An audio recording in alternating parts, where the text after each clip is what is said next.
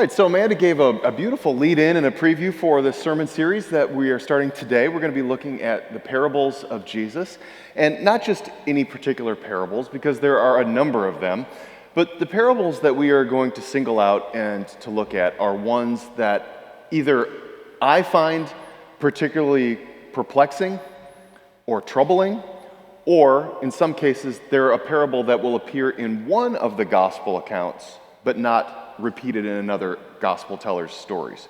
So in other words, maybe it's just in the Gospel of Matthew, but it's not in Matthew and Mark, for instance.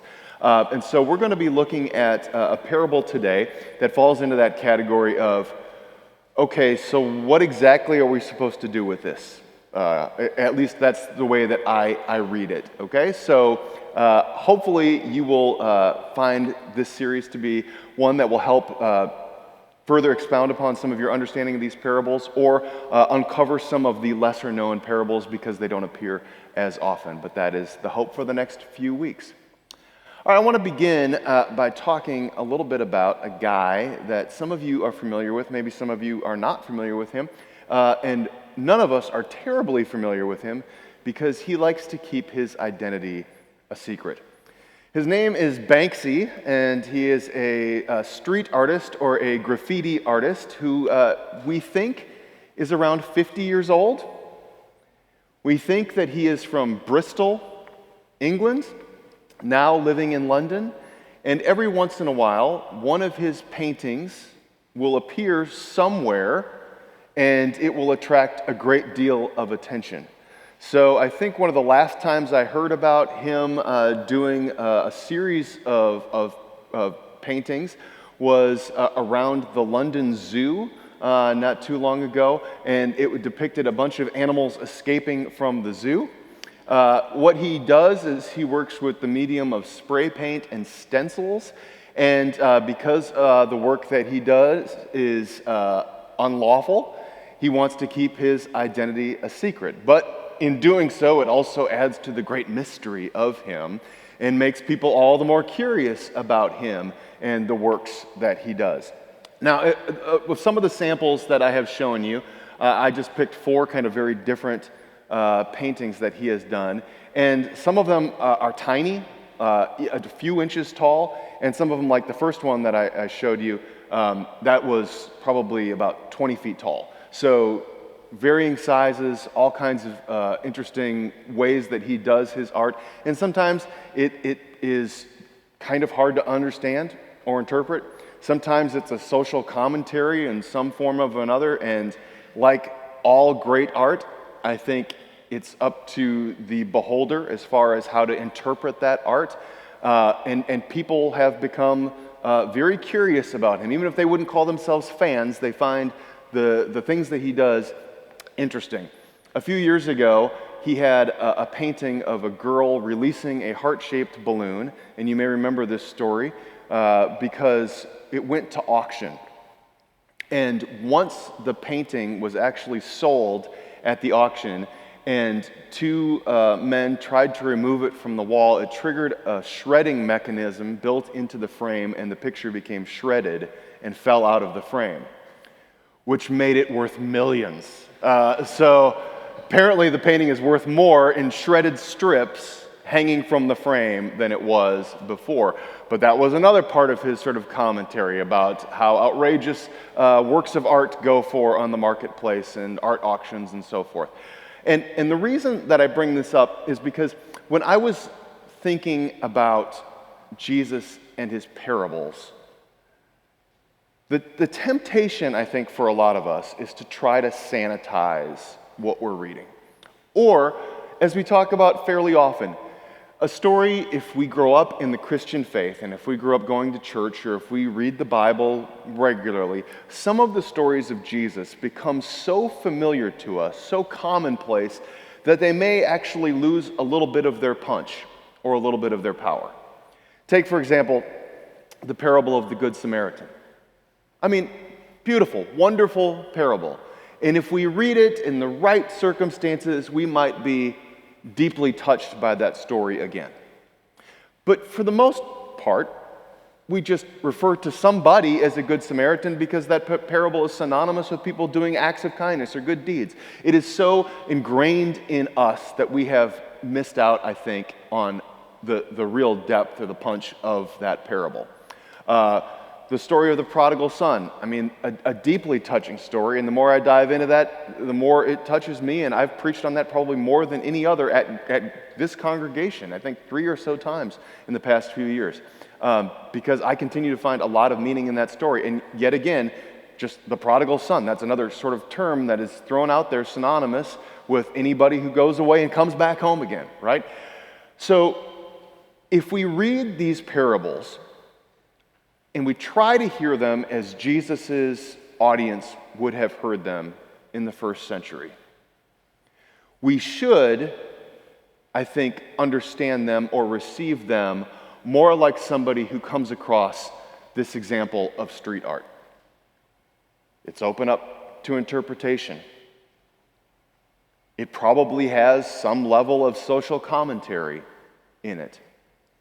Something about it feels edgy, and the parables are meant to usually be a little bit provocative. Jesus tells parables in a way that he is trying to get at the idea that the listener should hear them and to have something that he said stick with them that they need to wrestle with. They need to contend with that. And here in today's passage, we have 4 examples. We're going to really look at 3 of them. But these examples of Jesus says the kingdom of heaven is like. And then he goes on to talk about a few different things. The first thing he talks about is the mustard seed. Now again, many times in many sermons and many commentaries, you'll hear that you just have to remember that Jesus' audience is in far more of an agrarian society. So all kinds of examples Jesus is going to use about crops and about livestock and about animals. And it's just more of the world that they lived in than probably most of us who live a very suburban or urban existence. But the mustard seed, like the mystery seed that Amanda had in her fingertips, think of a mustard seed.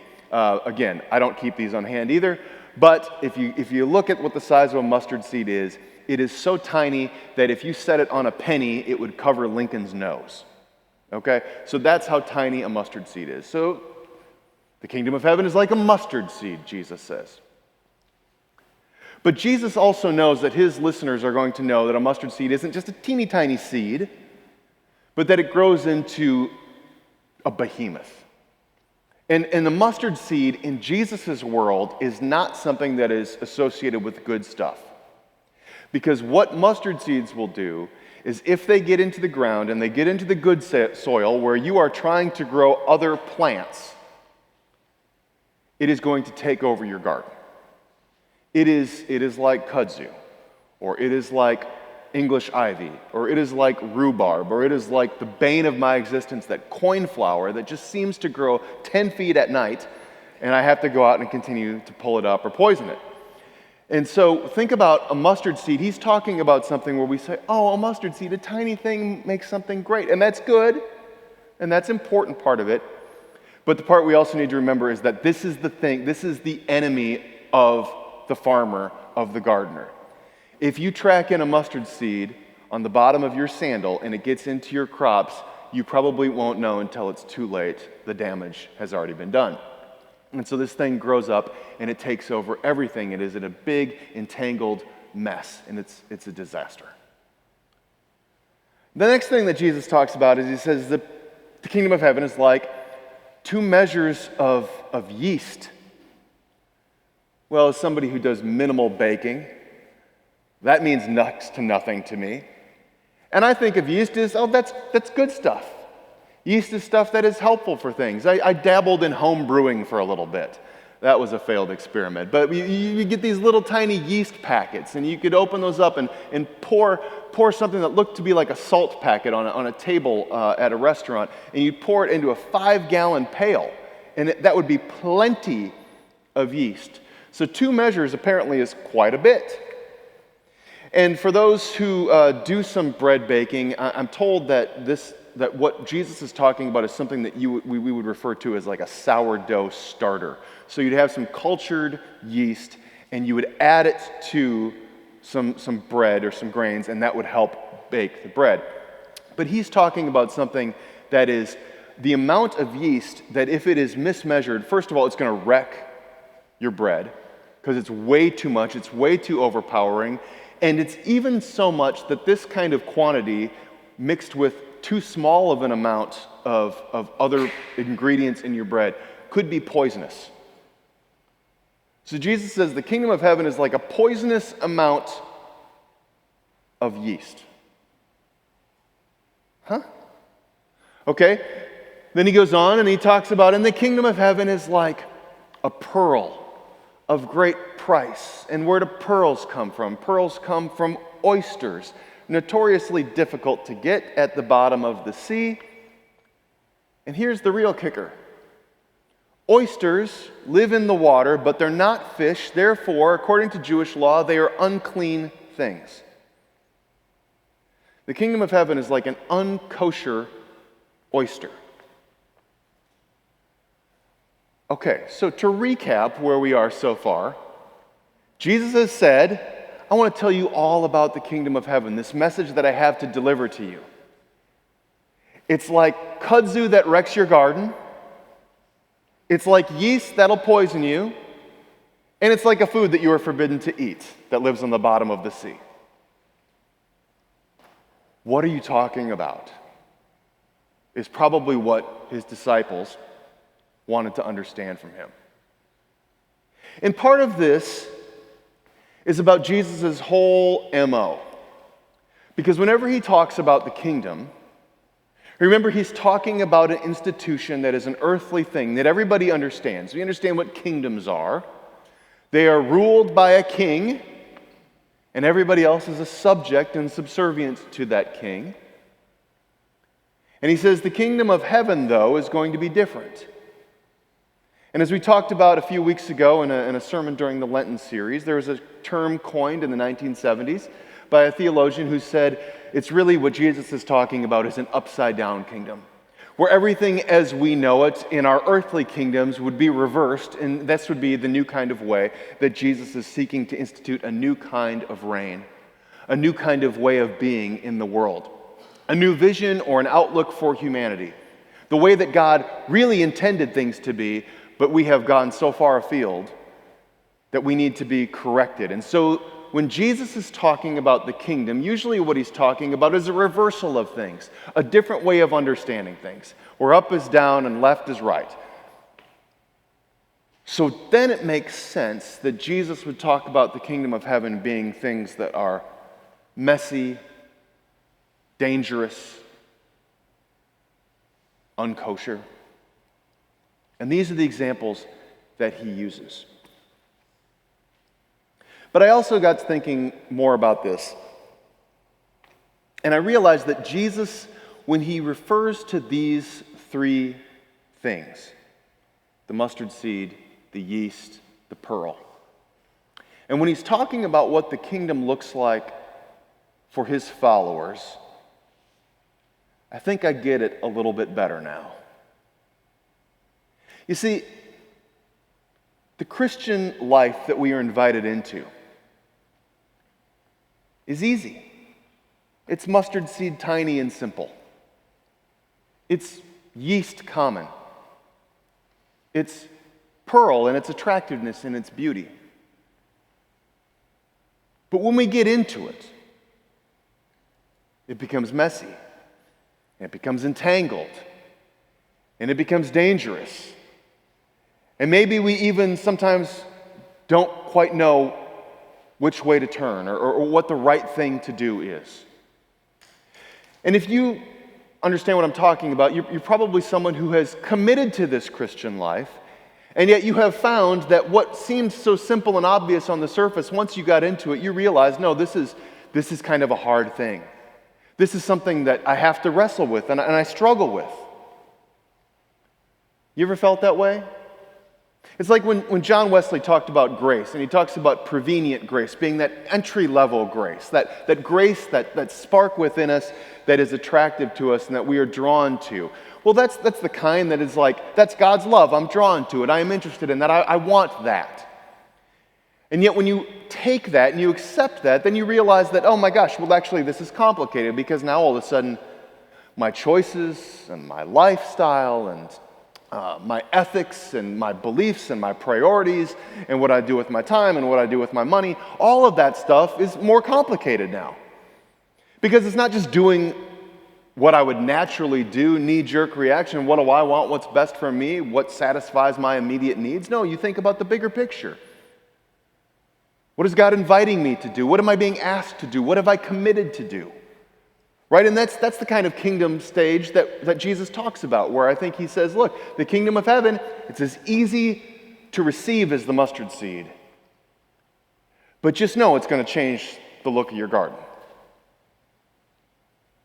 The kingdom of heaven is like yeast, and you can have some, but you better bring a lot of ingredients. In the kingdom of heaven, it's like this beautiful thing that's shiny, and you're going to want it.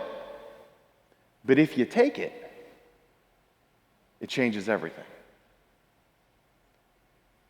So maybe this upside-down kingdom that Jesus is inviting us to is better understood in terms of ways that are tangled up messes, dangerous, hard choices to make, shifting our priorities, our allegiances, the things that make us uneasy and uncomfortable. And that's a hard piece to grapple with. It also means that this is a lifelong process for us, in that it is not once attained that we're good to go. This is something that we take on as a long-term commitment. It is a whole life commitment. By the time we get to the end of the parable, things have switched up again, and maybe more insight is there. Because Jesus says, oh yeah, and that mustard seed that went wild in your garden, to you it looks like a tangled mess, but to the creatures that inhabit your land, it becomes a place to build nests and to make their homes and to raise their young. And you've given life and a home to those people, those creatures. And that yeast that was poisonous in a small batch, well, if you actually make the appropriate amount of food, I read recently that amount of bread would feed over 100 people, which is about the size of a typical first century wedding party,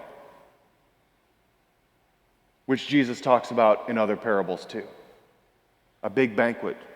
Kingdom of heaven is like a wedding banquet, right? Well, now we got the yeast that provides the food for that wedding banquet. And then that pearl growing inside that forbidden oyster. Well, remember how a pearl starts. A pearl starts with a foreign object, usually just a small grain of sand, that when it gets inside the oyster is an irritant. But throughout that time of that irritation growing, that pearl forms and becomes something absolutely beautiful. And I think that's where we move to in this Christian experience as we pursue what it means to be citizens of the kingdom. At some point, the irritants of the things that were once forbidden to us or required us to reevaluate our lives or shift our priorities or allegiances are now things that we say, but I see the beauty that has become of that. I see the overjoy and the generosity that has become of that measure of yeast that is now enough to share with abundance. And I see that thing that looks like a tangled mess to the right side up kingdom, to the upside down kingdom looks like shelter and safety and home. And now all of a sudden this parable that seems so simple on the surface takes on a much greater meaning. And we look at these things, and we look at our own experiences, and we look at the Christian life and the journey that we are on together, and we begin to see the simplicity of it, the struggle of it, and the beauty of it in that order. And some of you are here today, and you are probably in the beauty stage, or in the simplicity stage. Like, I'm intrigued by this. I've been looking for this. Or maybe I grew up in a part of the church that has shared a message with me that did not feel life-giving to me, that only led to the complexities and the struggles and the pain and the hardship of it. And maybe we're back at square one again. And we want to find that simplicity of the mustard seed. And maybe others of you are in the throes of the struggle of it all, and you are dealing with something, and you're wrestling with something. And I feel like I'm called to a deeper commitment and a more of a life kind of changing event, but I don't feel like I'm all the way ready there. So you're in that wrestling. You're a little bit stuck in the kudzu. And then for others of you, you have arrived at the place that feels like a beautiful thing again, but maybe in that beauty, you've arrived at some sort of complacency. And it may be time to track in another mustard seed on the sole of your shoe and start the process again. But I think that this is the cycle that we will be in. This is where we continue to operate. And that's why these ancient parables continue to offer new insights and meaning in speaking to our lives today. Because they are not simple little things to be written on a bookmark or crocheted and hung on the wall, but these are stories to stick with, to wrestle with us, to poke at us, to be the right kind of provocation in a holy kind of way. So be on the lookout, and may your curiosity peak when you hear Jesus say, "The kingdom of heaven is like," or "God's love is like," or "You've heard it said, but truly I tell you." These are the kinds of things that Jesus is saying something that is meant to get under our skin in the best kind of way, because it may just lead to a life changed, and a life changed can slowly begin to lead to a world changed. If we are mustard seed kind of people, and yeast kind of people, and pearl kind of people, who knows what God has in store for the people of Grace United Methodist and for the disciples and the followers of Jesus around the world. Will you pray with me?